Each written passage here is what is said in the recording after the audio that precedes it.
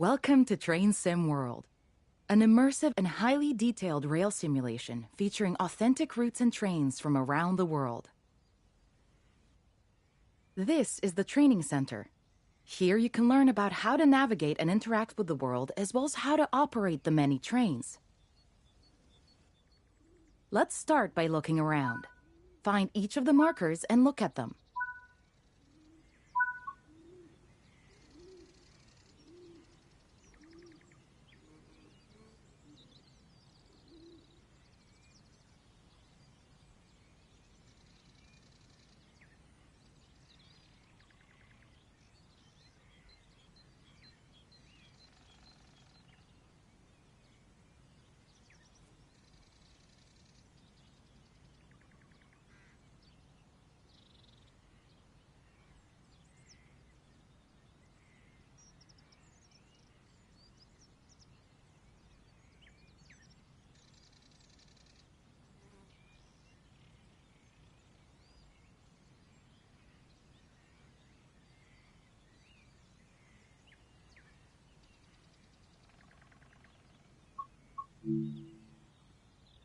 Your current objective is shown at the top left of the screen. Walk to the blue marker to complete the current objective.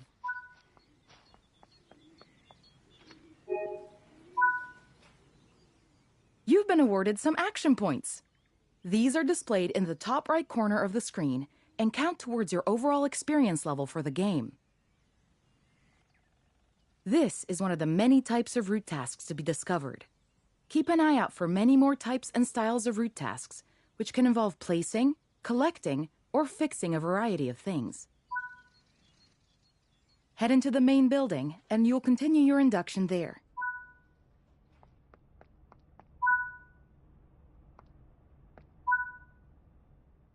You can pause Train Sim World at any point to review objectives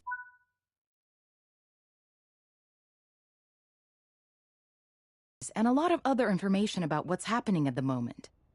Try it. Now that we've covered some of the basics of moving around and interacting with the environment, let's take a walk through the building and find the trains.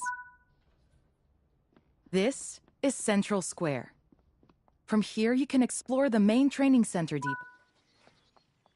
Your journey operating trains is just getting started here in the training center. Remember, you can always come back here from the main menu to refresh your...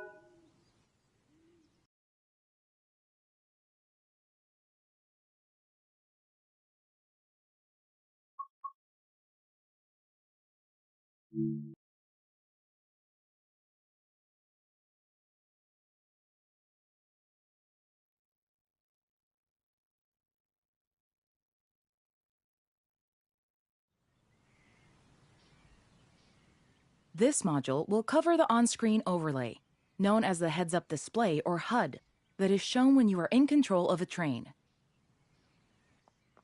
Climb up the ladder into the locomotive and then sit in the seat.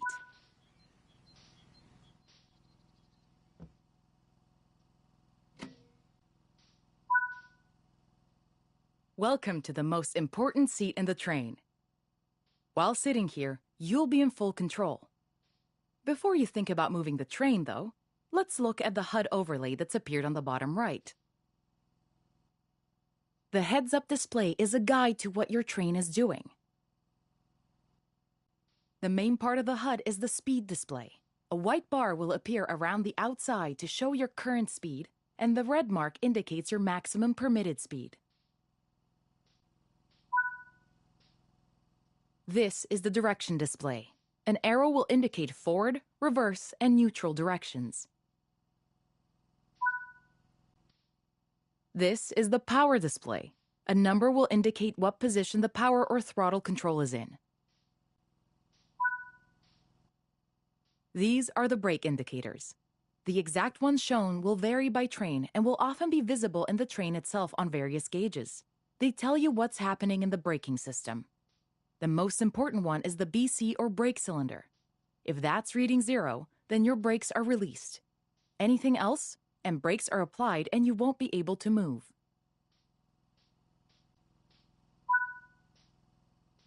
Every train can have small variations in the HUD unique to the way it works, but they will mostly look the same.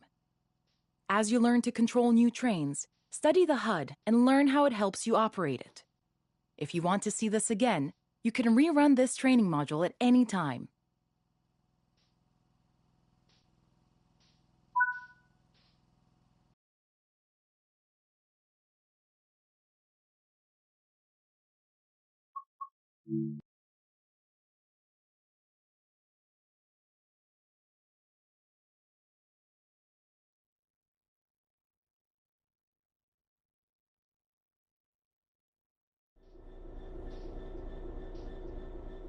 In this training module, you're going to look at making the train move, and then bringing it to a stop again. While many trains have different controls and are operated in different ways, there are basically always 3 controls that are common and are required to move the train. The reverser sets the direction between forwards and backwards. The brakes are used to slow or stop the train. The throttle controls how fast the train accelerates. We want to move the train forwards, so move the reverser in that direction.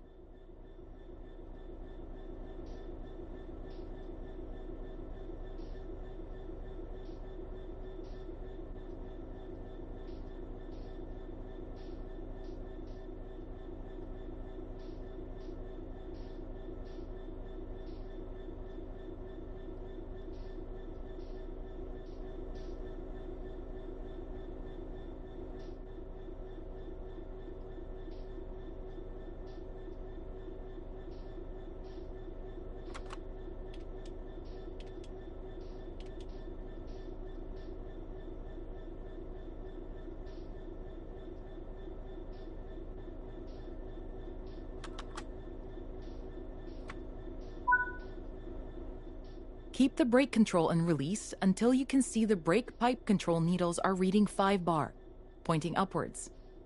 This will release the brakes fully.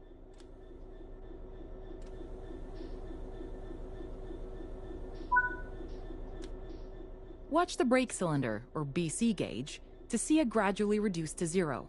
which tells you that the brakes are now fully released and you can move the train. Apply some throttle to get the train moving. As you apply power, notice the amp bar rising. This is the amount of power being fed into the traction motors.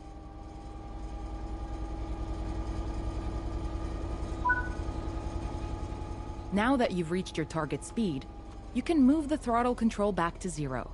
The train will then coast on level ground, and the train will only slow down very gradually.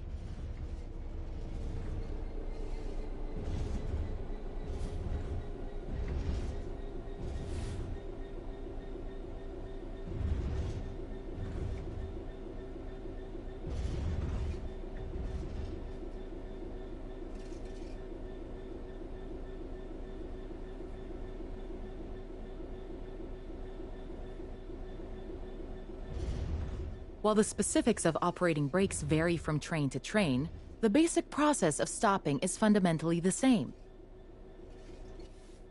Bring this train to a complete stop by holding the brake control in the apply state until you see the brake pipe control needle in the center of your cab desk showing about 4 bar. The amount of braking you'll need to apply also varies depending on whether you're going uphill or downhill, and how heavy your train is.